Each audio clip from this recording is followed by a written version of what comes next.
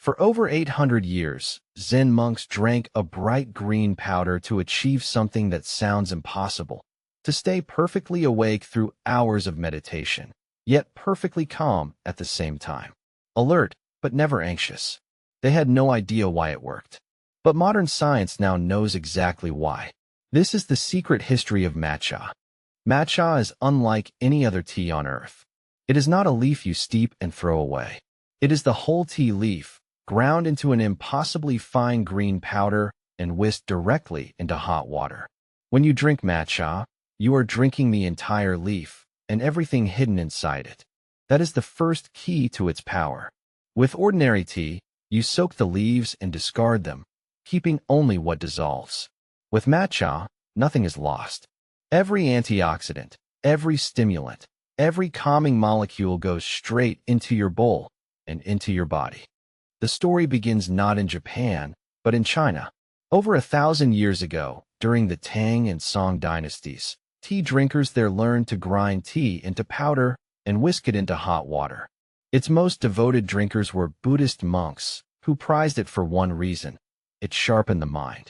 Then, in the year 1191, a single man carried the practice across the sea and changed history. His name was Eisai, a Japanese Zen monk returning from his studies in China. He brought home tea seeds and the secret of whisked, powdered tea. Eisai planted his seeds near Kyoto, in regions like Uji, which still produce the finest matcha in the world today. But to Eisai, tea was never a mere drink. He wrote a book called Kisei, Drinking Tea for Health, declaring tea a medicine for the body and a tool for the spirit. In the Zen monasteries, matcha found its true purpose. Monks faced a brutal daily challenge: hour after hour of silent meditation, where sleepiness was the enemy, and so was restless, jittery energy. They needed a state almost no substance on earth can produce. Matcha, they discovered, was the answer. This bright green tea let them stay awake and focus through the longest meditations, without the anxious edge of overstimulation. It produced something they treasured: calm alertness, wakeful and serene at the very same time. The monks knew nothing of brain chemistry. They could not have named a single molecule in their bowl. But through centuries of daily practice, they learned a simple truth: matcha created exactly the state of mind that deep meditation required. They trusted it completely, without knowing why. From the monasteries, matcha spread to the samurai, who valued its mental clarity, and to the nobility, where it became a mark of refinement. Slowly, preparing this tea grew into something far greater than a drink. It became the Japanese tea ceremony, chanoyu, the way of tea, where every gesture is deliberate, mindful, and precise. In the 16th century, the tea master Sun no Rikyu gave the ceremony its soul. He taught that a tea gathering was never about wealth or status, but about presence. From his philosophy came wabi-sabi, the beauty of simplicity and imperfection, and ichigo, one time, one meeting. All of it, wrapped around a single bowl of green tea.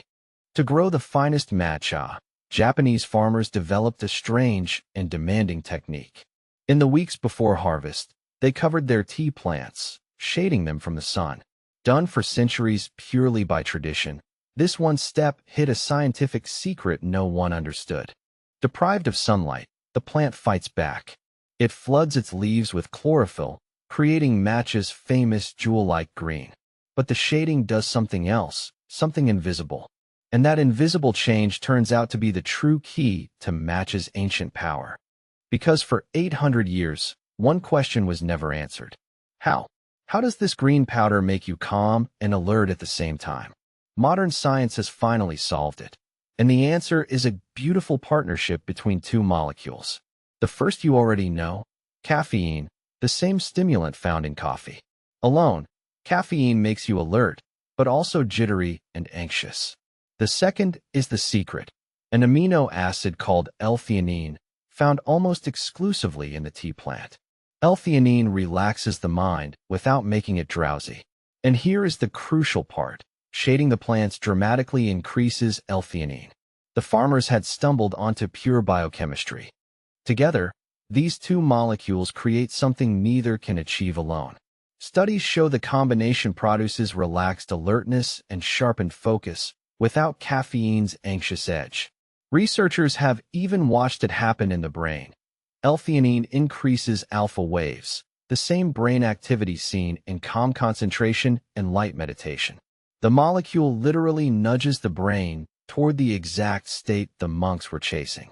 Think about what that means. When a Zen monk in the year 1300 whisked a bowl of matcha, he was, without knowing it, dosing his brain with a precise blend of caffeine and L-theanine, tuned by centuries of shaded cultivation. He felt the effect.